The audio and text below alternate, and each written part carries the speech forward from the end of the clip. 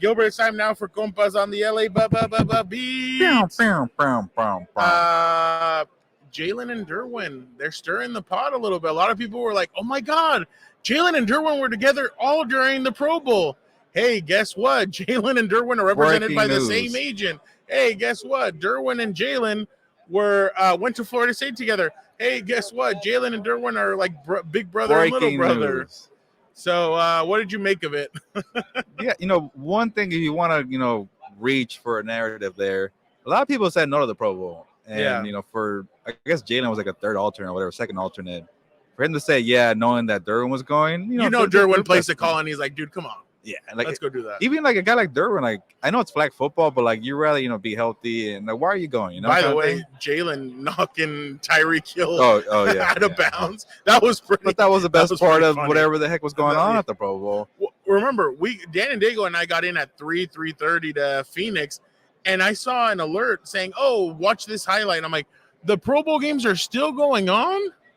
Well, it's like when you're playing like Super Mario Party. What is it, Mario Party? Yeah, there's a bunch of mini games. You're playing whatever, and it's 4 hours later, and here we are. Yeah, and you're just hanging out with your boys. So I think that's all it was. I was surprised that all the top AFC wide receivers were there, like Devontae Adams, Tyreek Hill, Stephon Diggs, Jamar Chase. But the quarterbacks, man, it was pretty atrocious. But we're kind of getting on a sidetrack there.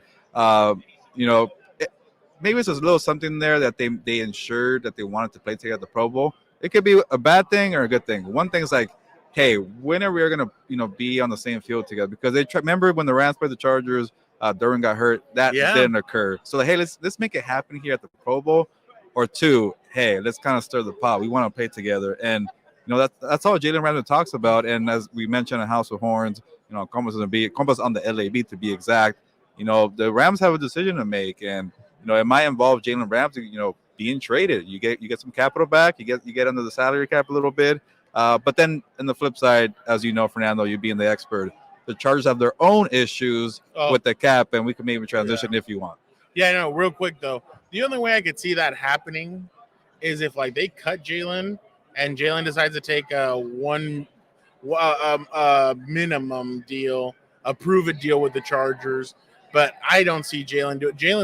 I think Jalen's still at the top of this game. I think Jalen can still play, and I'd be surprised if Jalen took a league minimum just to play with Derwin for 1 year. But yeah, no, you're right. So obviously, the Chargers have their own cap issues. There's been a lot made in the last few weeks.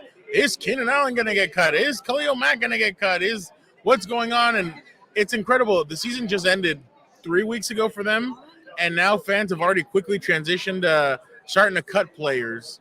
So the media has become, hey, let's start cutting players. Well, some. And now you're kind of like, okay, what's going to happen now? Gilbert, do you think either Khalil Mack or Keenan Allen get cut? I wouldn't be surprised. You save some money. I think that the bigger question, like if you have to pick one or the other, I don't know about both. And also keep in mind too, like somebody gets cut, they always come back, or you restructure the deal. There's things you got to do. But I guess maybe I ask you, Fernando, because both of these guys are, guys maybe in the back end of their prime, maybe already left their prime. They're older. Keenan Allen in year 11. But a younger wide receiver. I know you're going to say that. Khalil Mack was kind of a so-so year with the Chargers. I know he made the Pro Bowl, but it was kind of what could have been if Joey Bosa was around.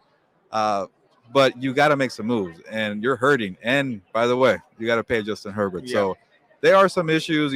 I wouldn't be surprised if you're asking me, maybe it's Keenan Allen. Maybe it's a little easier to get a wide receiver in the draft because if you can pair up Joey Bosa and Khalil Mack and, hey, they stay healthy, pass rush is big in the NFL. And I get – it'll be Mike Williams and Josh Palmer. You got to find what you can in the draft. But if they're going to go somewhere, it might be Keenan. But also, too, you never know. Maybe you structure the deal. There's a lot of people who are much more cap savvy than I am. But it could be a tough decision. Some pretend to be cap savvy. Yeah, I'm just going to say it. I'm not those experts. But I just search over the cap, and I do what I can.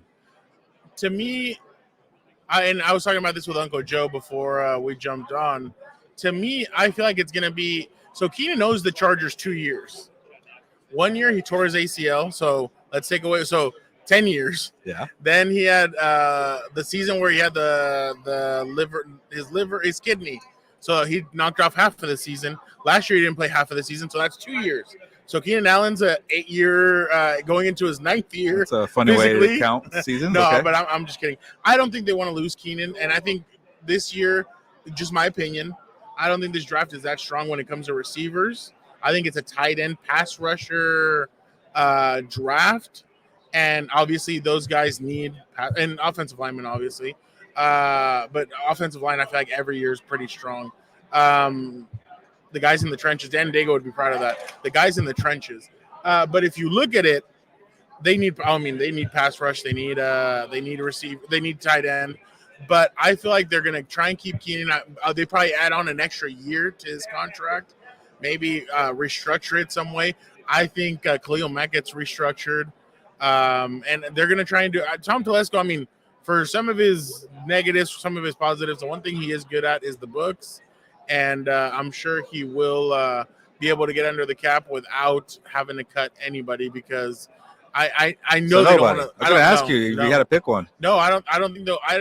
You can't lose Keenan. Keenan in 11 games. But you sound like you're leaning more. You got to keep Keenan, whatever you can to do.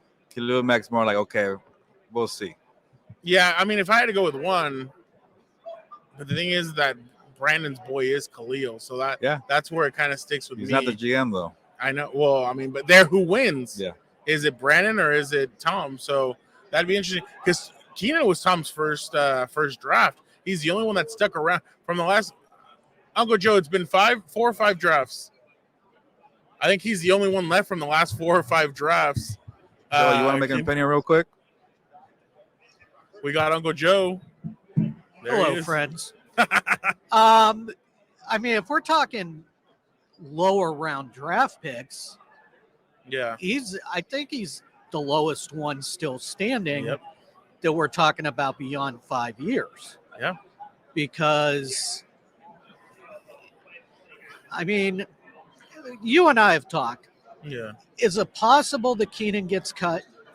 Absolutely. Do I see it happening? No, not this year, but next year.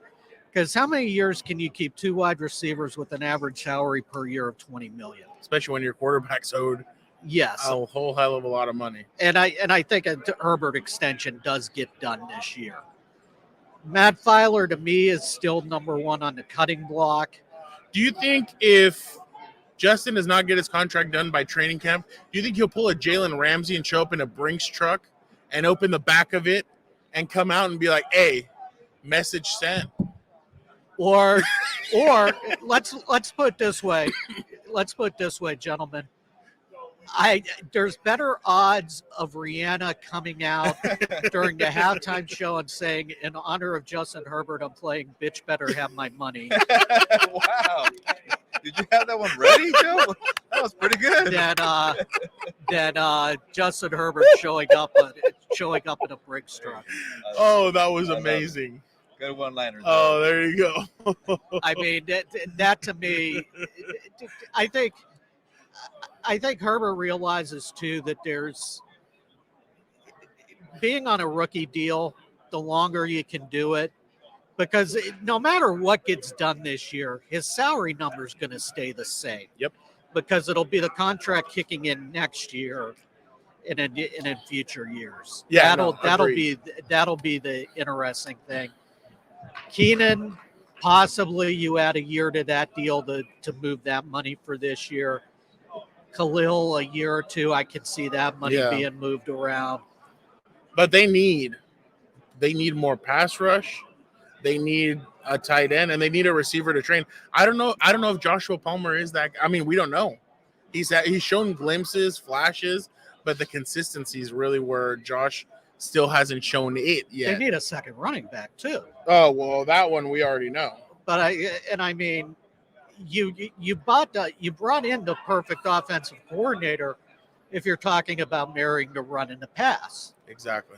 Because, I mean, even before Pollard was with Dallas, they still did a good job with 2 running backs when it was Zeke and somebody else. So if he gets cut, there's no way. I can't see it. Okay. Not with their cap problems. Yeah, I know. Okay. Because he's still going to want to get paid, right. even though And I think the other thing that people forget too is that they've not only got a fifth-year option on one person to figure out this offseason, but two. Yeah. Kenneth Murray. Yeah. Does Kenneth Murray deserve the fifth-year option? I'm on the fence on that one. I don't know about you guys. I don't know. You know what's funny? I spoke to Kaiser White last night at media day, and he told me Kenneth Murray's going to show his stuff this year. He's like, that kid has talent. He's like, he works hard. He comes from a great family. He really is. He's like, he's busting his ass every single day, and I know it. He's like, you guys are going to see it this upcoming year. So, I mean, who knows? Maybe Kaiser's a future scout if Kenneth really does come out and have a career year. Well, I will say this about free agency too, and in terms of Tom re-signing his own.